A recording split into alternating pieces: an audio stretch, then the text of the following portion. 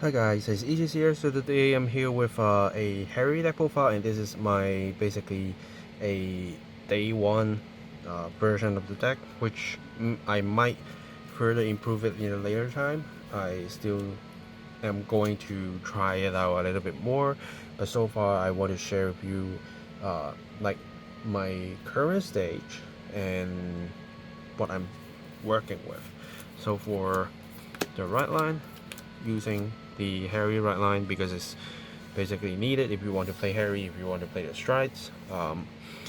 So nothing too much to say about that. This just gains you the crest, and this when Harry rides on top, you can soul block 1, look at top 7 to find 1 into your hand, 1 into your soul, which helps you to fill up your soul content. And when you start striding with the stride skill, you can just on stride skill, then you can soul charge 1 and then bring 1 back out to the field from the soul, and then later those that card will just go back to the soul, so you can reuse it again. So that's basically what we have. And then the strides, I will just it's just the same. We have two choices, so there's nothing much we have to say about that. Most of the time you will be on Lunatic Dragon to look 5, put 1 in and call 1 out until you can go into the other Harry, right? Where you can do more attacks from there. But so far, I haven't get too much chances to go through that. I usually use my Lunatic Dragon most of the time, so yeah, that's that. Into the main deck, we have more Harry so that we can get access to the Grateful Harry a lot easier.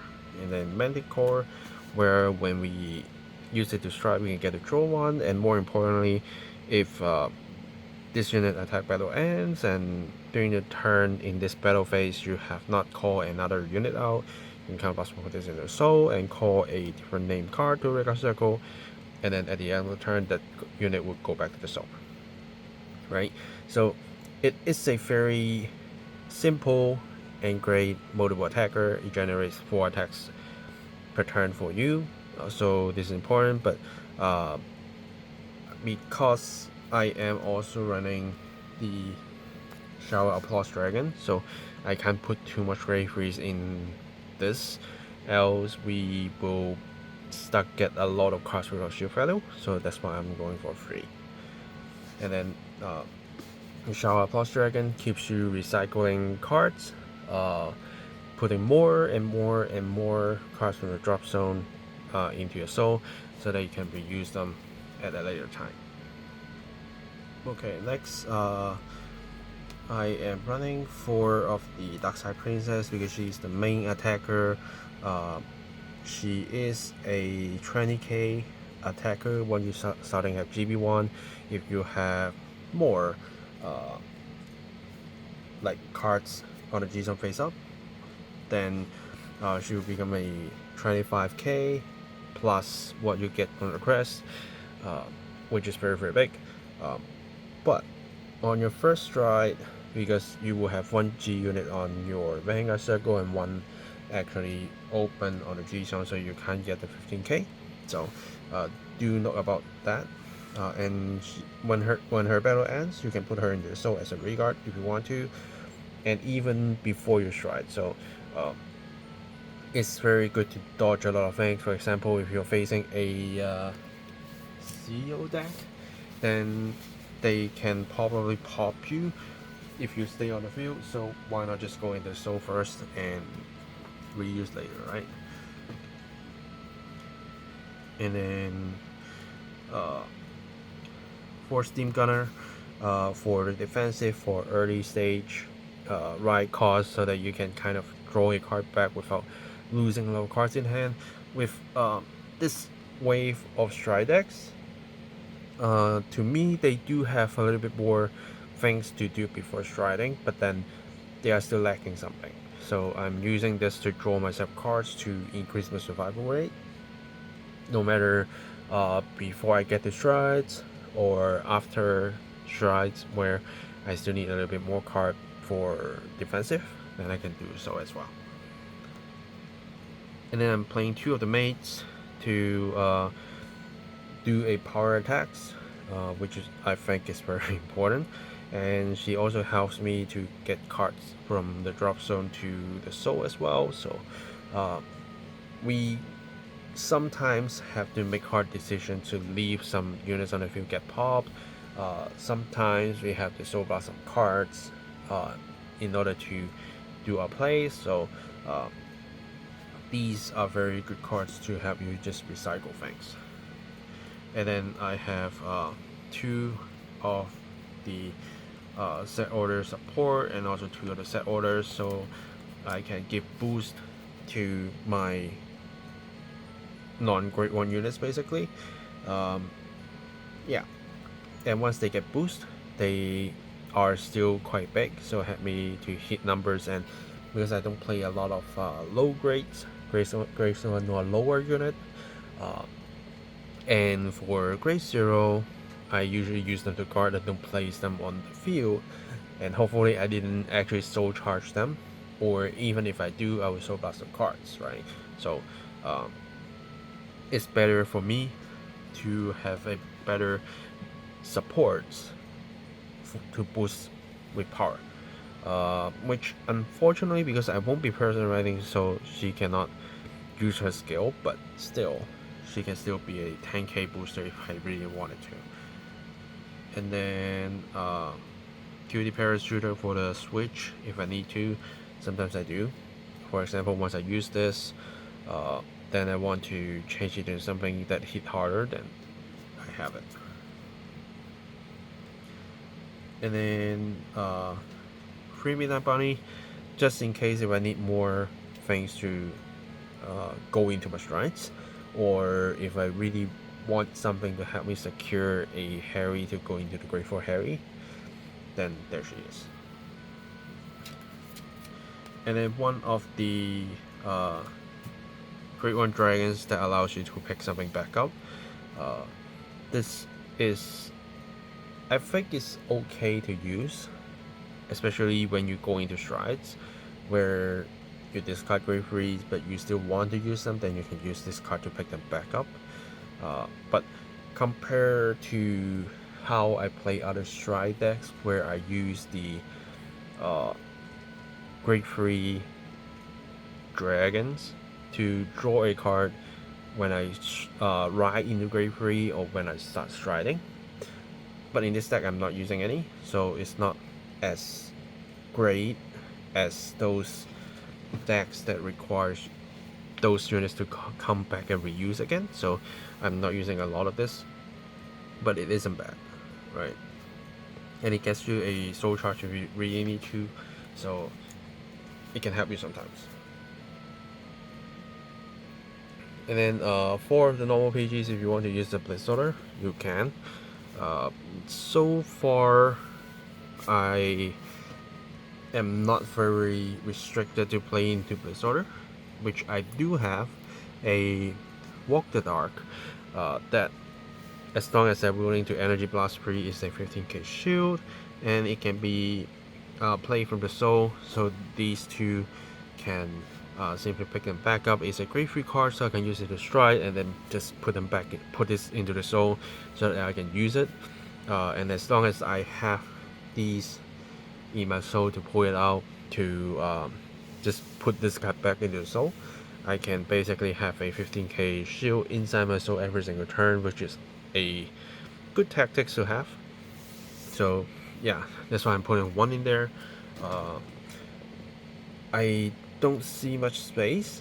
If I really want to put another one, probably I don't need to, because as long as I see the 1, then I can just keep reusing it somewhere. Triggers.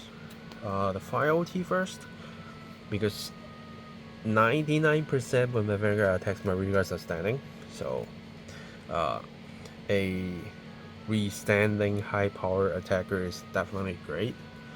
And for Pale Moon, I think it's still good to do like 1 punch, 1 crit at a time, so that your opponent don't get too much power, even though we have the OT that ruins a lot of things sometimes. But we are also playing the OT as well, so I think this is a better choice.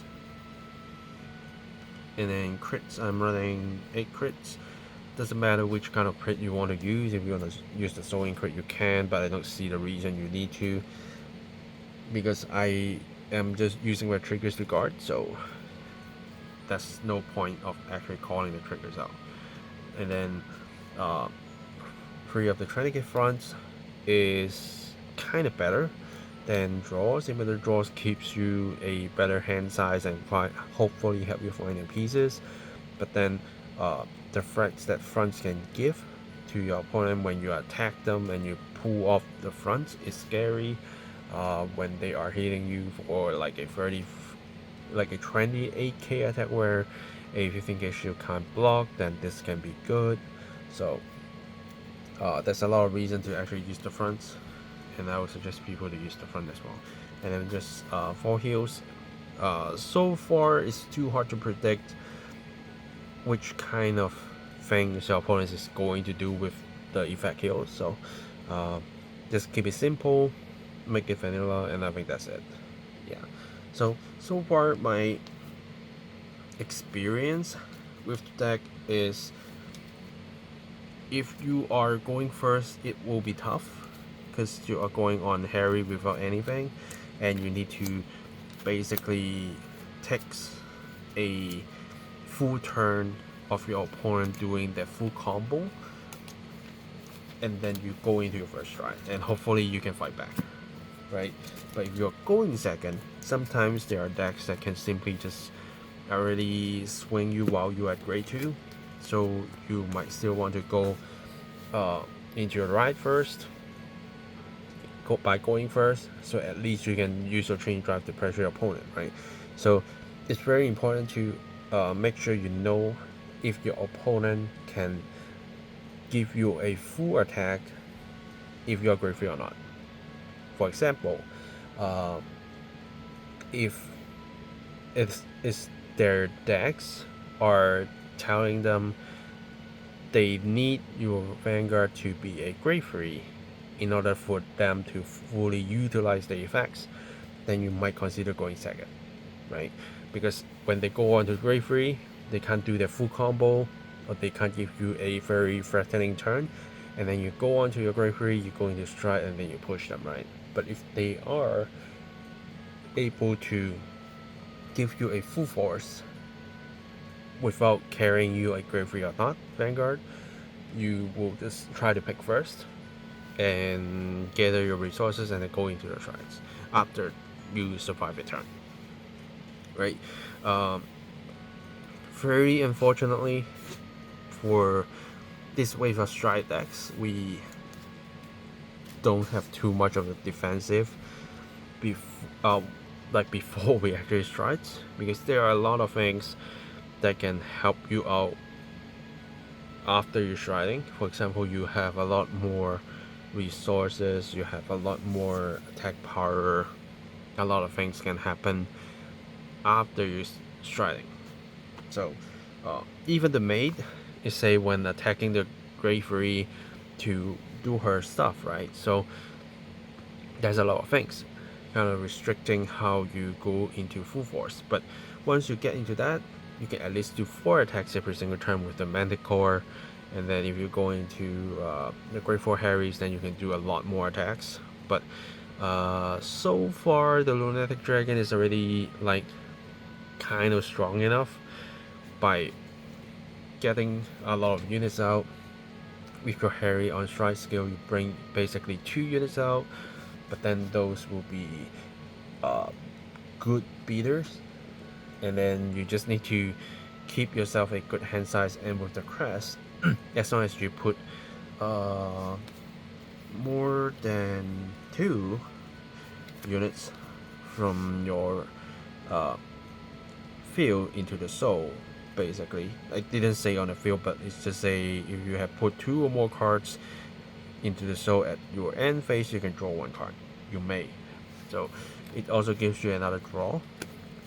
And because you stride, you get the triple drive, so your hand size is always kind of big to survive a turn or 2, and then you swing back and then just see who get the upper hand. So yeah, I think so far Harri is giving me a better first impression compared to Night Rose, but it requires you a lot more thinking into what to call from the soul, to do what, to gather your resources, to start doing multiple attacks, or do early big punches, or you save them for a later time. So that's a lot of things you need to think about. So I can't wait to see in like upcoming tournaments when Harri and Night Rose are actually available, how will this affect the total playtime? Are we getting more timeouts because there's a lot more thinking things for players, or maybe they just pick something that is easier for them and we didn't see these two decks at all, maybe, but we'll see. So let's stay tuned and see what's happening next, and I might try to upgrade this deck a little bit more, but I still need to playtest it a little bit more to find out what I prefer to use.